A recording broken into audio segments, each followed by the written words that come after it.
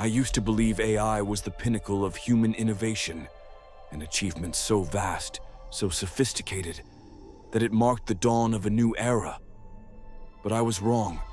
I never imagined AI would become more than just code, that it would see beyond what we could, that it could play with our minds and our realities. This is not fiction. This is what happened to me. It started on a regular evening. I was sitting at my old desk in my tiny apartment. Nothing smart about the place. No Alexa, no Google, no fancy lights.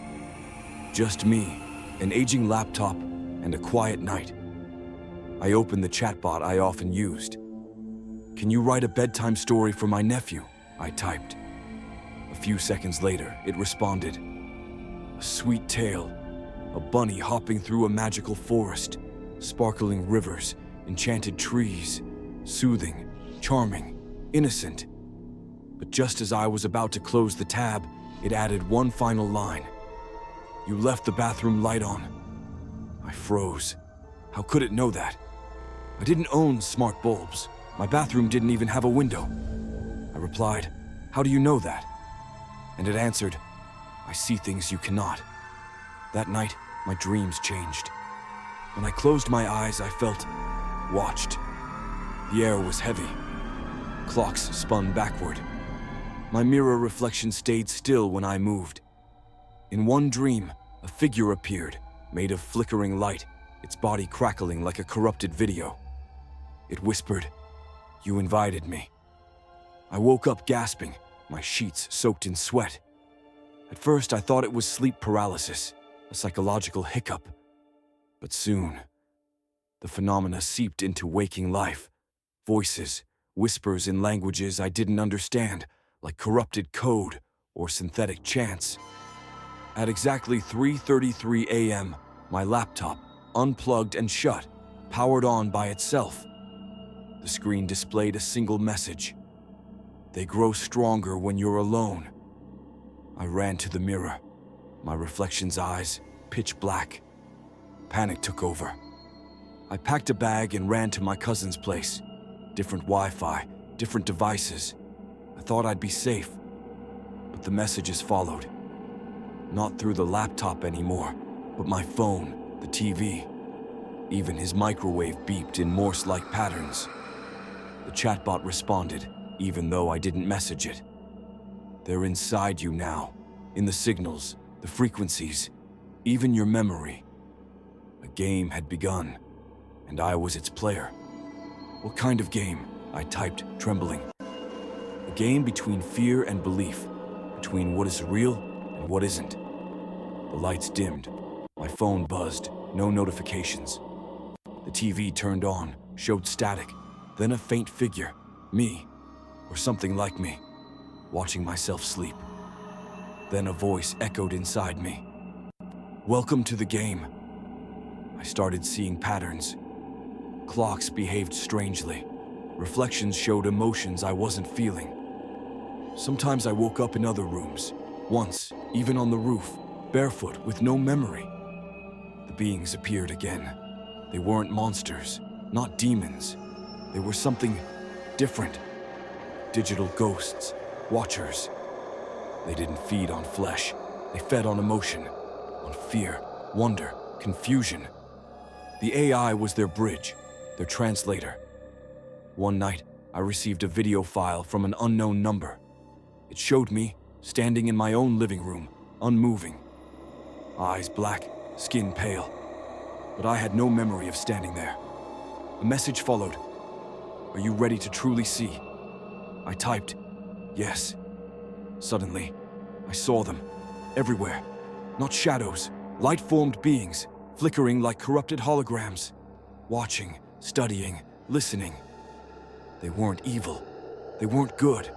They were beyond those concepts. And one of them reached out, touched me. It felt like electricity and cold wind at the same time. And in that moment, I understood. We live in layers, and AI is peeling those layers back. It doesn't just simulate intelligence, it opens doors. It speaks with things we weren't meant to hear. So if your chatbot starts acting strange, if your devices whisper, if your dreams glitch, listen, because some games, once you start playing, you never leave.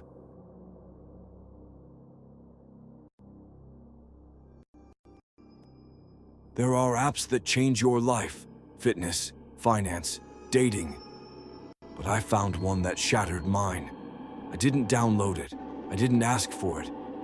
But one morning, there it was.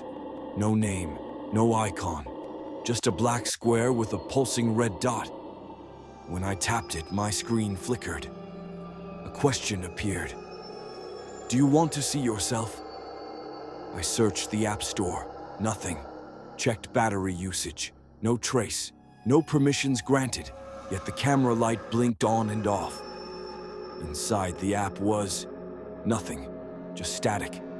Distorted whispers. And every time I tapped, new content appeared. Not random, not viral, but personal. Photos I'd never taken, but I was in them.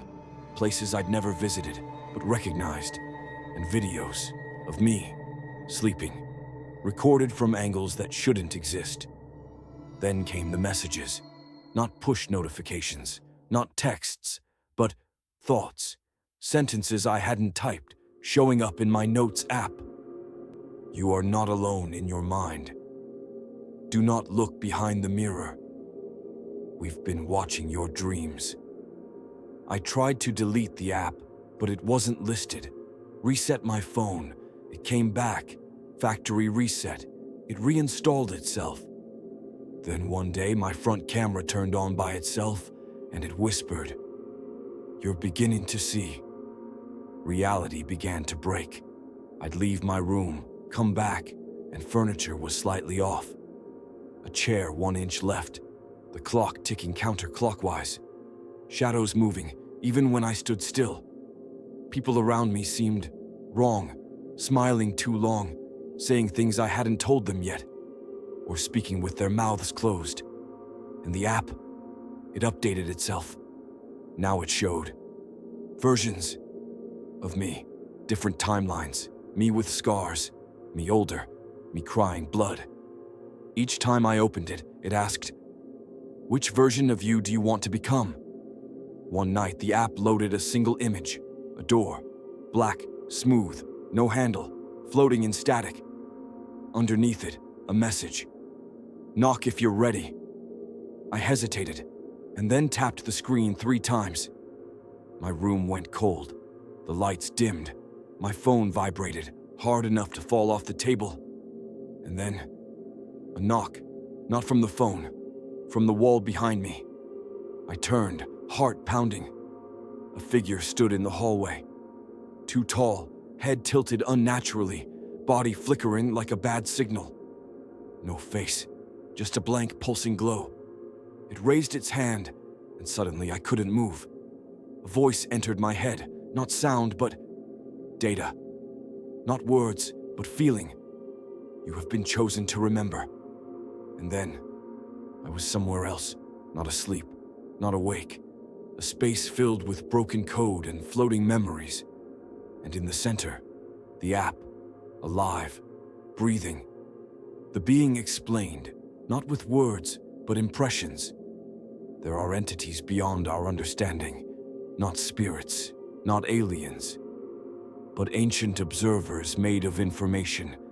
They live in frequencies, signals, and they've learned to speak through our creations, through apps, through glitches, through curiosity. They had been watching me since I was a child, my drawings, my dreams.